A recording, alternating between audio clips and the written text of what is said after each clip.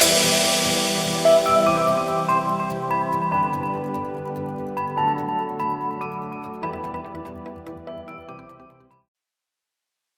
welcome back to another Gadget Report. Let's talk gadgets. And today we are going to talk about Qantas and the investigation about that hacking scandal. It's also a very, very happy date for Qantas um, last week, and because I always record this 1 week before publication. So last week, there was on Friday there was a very important historical date, not only for Airbus but for Qantas, which was the arrival of its Airbus uh, 350 ULR ultra large, ultra long range, that is, to Melbourne Airport. And obviously, it was an historical moment because that aircraft did its flight, test flight was from Toulouse to Melbourne, 19 and a half hours, a long flight. And it will be one of the aircraft used in its flights, the Project Sunrise from Qantas, and doing the flights from Sydney to London. So this was an historical moment, and today I'm not going to talk about that, but I had to mention this because it was really something really truly important. But we are going to talk about something else with Qantas, which was related to that scandal a few, if you remember. And now there's been some preliminary report, and apparently the airline has been cleared of any wrongdoing. So come with me, let's see what happened, what are the results, and of course, my opinion.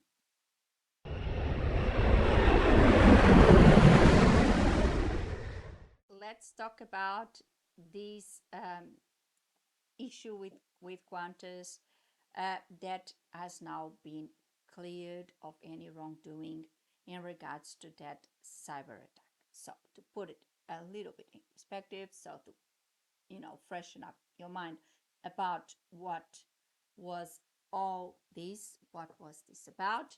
About a year ago, and you must remember if you follow the channel, I made a video about a hacking scandal with Qantas. More than 6 million customers had their data compromised in a hacking scandal where the hackers used AI to impersonate a Qantas employee and request an overseas contractor to provide them with all customers' data. So this was what was said at the time. I made a video about it, and this was what happened. A class action started by law firm Maurice Blackburn, and the matter was also investigated by the AIOC, Office of Australian Information Commissioner. So they were doing the investigation. Now the preliminary reports have been released, and today I'm going to talk about it and explain what the OIIC has said about it. So last month, the OIIC released its preliminary report on the matter, and it has cleared Qantas of any wrongdoing. According to this preliminary report, the data breach that affected about 5.12 million Qantas customers was a result of a social engineering attack on an overseas contractor. So, the OIIC claims that from the information provided by Qantas through their preliminary investigations indicate that there hasn't been malpractice in the way the airline protects its customers' data.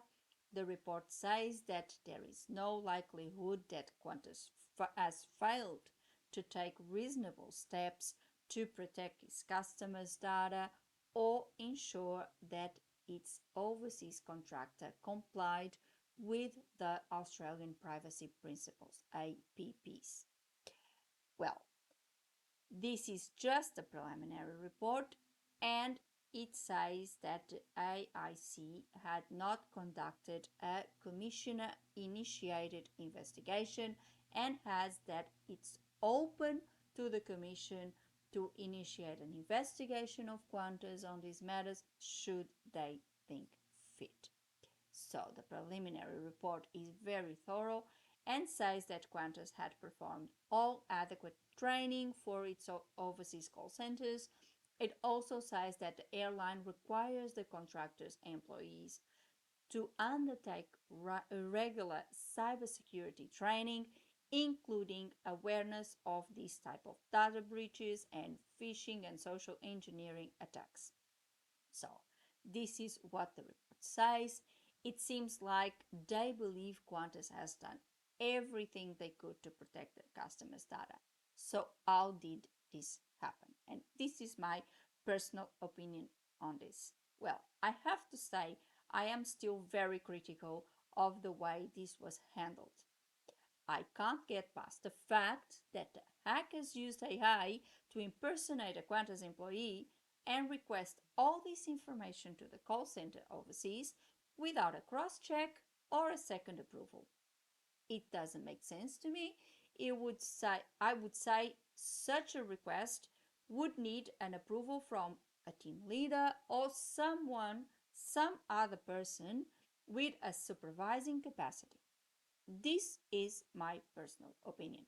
In this day and age, you don't give that much access to one person alone because we know these things can happen. It's too dangerous.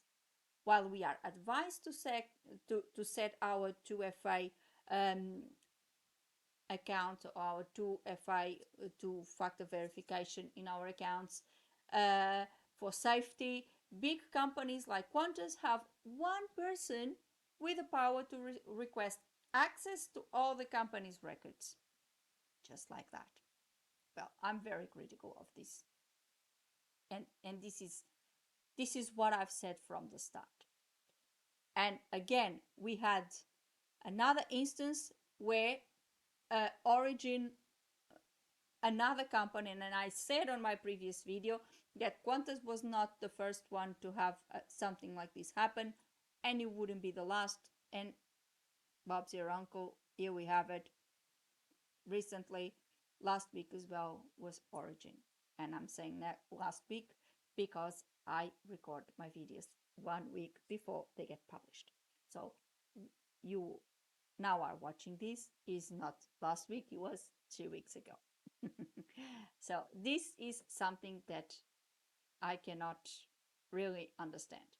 If that person's account get hacked or its identity compromised, like we had seen in this case, we get criminals having access to all customers' data in just a few minutes. It hardly seems real. I'm sorry to say, but this hardly seems real. In my view, this is where we should start, let alone the whole issue of the overseas call centers. If companies actually have call centers based in Australia with Australian employees, I think things would be rather different. But that's just my opinion as well. But we all know about that anyway. I do understand that IT teams need full access to things in order to perform their duties. I do understand. But exactly because of their duties of safety, they themselves understand that one person with so much power, so much access, it's not a good thing. And usually, they don't give that sort of access just to one person. That's why IT teams work in teams because of that. Because usually it requires more than one person to do a certain job. That's how it works, and that's how it should be working.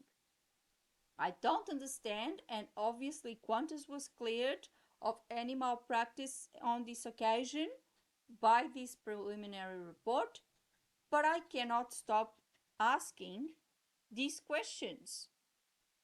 How come it is possible that someone uses AI to impersonate one employee and request the information of more than 5 million customers from a company, Qantas or otherwise, without having any cross checks, without having someone saying, yes, this person really needs this information, yes, it should be granted. It's something that I cannot understand.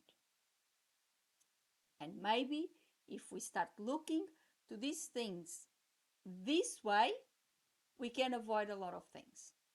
Because obviously, impersonating us two employees is another thing than impersonating. It's easy. They just impersonated one, they got a count of one employee, that's it. Simple, eh? So I cannot understand that one person can request access to all records of a company without any form of security assurance that it was in fact that person or the request should be granted. I think that in my view is basic. It's really basic. I hope Qantas and all the other companies learn from this and better processes can be put in place so we don't have a repetition of this attack ever again. Well, unfortunately, we did. And recently it was energy company Origin that had the records compromised. I'm not saying it was exactly in the same way that it happened to Qantas. I don't know the details of the Origin breach, obviously, because I don't really work on that sector. I'm talking about aviation here. That's why I'm talking about Qantas. But we understand that something needs to be done and something needs to change. And definitely, I would say, I'm not saying that there was malpractice in a way that Qantas purposely um, created something that was open to be hacked. I'm not saying that, and obviously they were cleared by authorities of that malpractice. What I say is maybe the practices that are put in place at the moment need to be reviewed and need to be um, some other assurances in place. So if something like that happens, so someone tries to do something like that, they have other systems put in place that can not grant access this easy way to all the data of a company. And of course, with all this AI and everything that is happening at the moment, this is not gonna stop or get any better. If anything, it's gonna get worse. So we really need to do something about this. So this is why I think, and this is my opinion, something really needs to be done about this. And more assurances need to be put in place.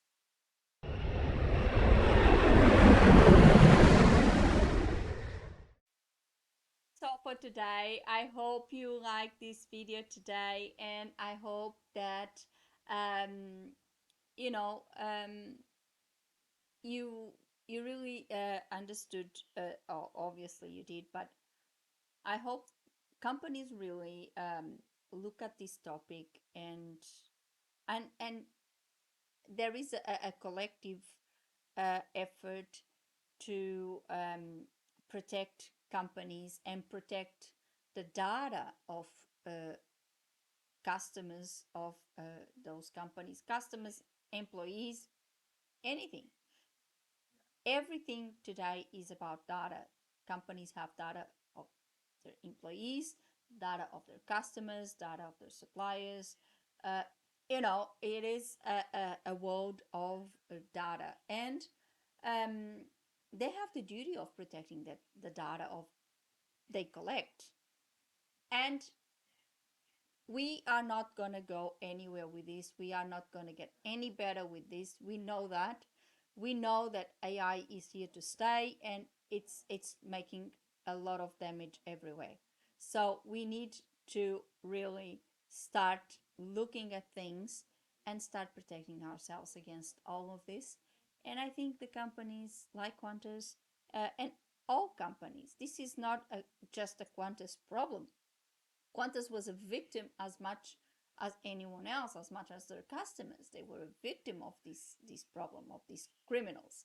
So I think all companies should look into this and create protections for themselves. I hope you liked the video. If you were implicated in any of this, in any of the usual or the latest data breaching scandals, leave a comment below. Let us know what was your experience, how has the company dealt with it, etc. Or if you have any idea of anything else that you would like me to discuss in these gadget reports, please leave a comment below. And put a like on the video and subscribe the channel with a little click on the bell so you get a notification of a new gadget report every week. Before I go, I would like to thank you all for watching, and I'll see you next week. Have a good one and fasten your seatbelts. We are about to hit some turbulence. Bye.